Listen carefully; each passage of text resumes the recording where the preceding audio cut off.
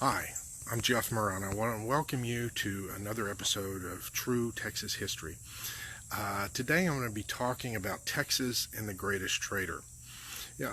Several years ago, I wrote an article about the greatest traitor in the United States history. Typically when you say the title traitor, the first name that comes into people's minds is Benedict Arnold. I don't find that that's the case. My contention is that a fellow by the name of James Wilkinson was the greatest traitor in U.S. history, and he also has some unique connections with Texas that most people aren't aware of, and it's a fascinating story. And I'm going to go ahead and start it today. We'll see how time runs and whether I have time to finish it. But James Wilkinson, during the American Revolution, he was one of the generals involved in the cabal against Washington to try to remove him from a position of power. And he definitely had a lot of connections in the military, the United States military in those early days. To make a long story short, he had an episode in Middle America where he built a fort and wanted to have his own little private enclave. But eventually, he was involved in the colonization of Texas, mainly because Wilkinson at one point found himself in charge of the land purchased by the United States with the Louisiana Purchase. And what started happening was that there were people that were venturing into Texas, people like Philip Nolan and others that were looking for horses and also adventurers. Now, the thing with Philip Nolan, eventually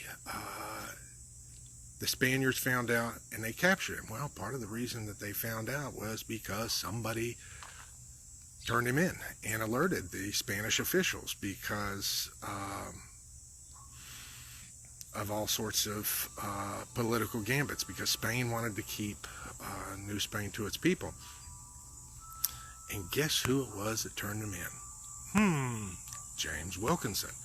Now, James Wilkinson was apparently very tight with the Spanish, and in fact it was only after the Spanish-American War, when our troops managed to get into the archives there in Havana, that we found out that he was a double agent for the Spanish and the Americans. Gee, who would have thought? But James Wilkinson, with all the activity going toward Texas, he wanted to be an impresario like Stephen F. Austin and some of the other people that were involved in settling Texas. And so he, like some of these other hopeful impresarios, DeWitt Green and so forth, came down and petitioned Mexico for his own land grant.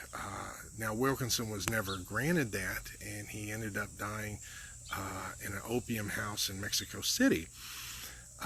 But along the way, Wilkinson was known for a lot of duplicitous behavior, where he was known as a general that never won a battle, never fought a battle, but he never lost a court fight, because he was taken to court several times on military matters and wild accusations, and because he had some good connections, he was never charged in court. He always managed to get off, almost like one of these modern day scoundrels that you see in politics that seem to break the law again and again, but never seem to get caught.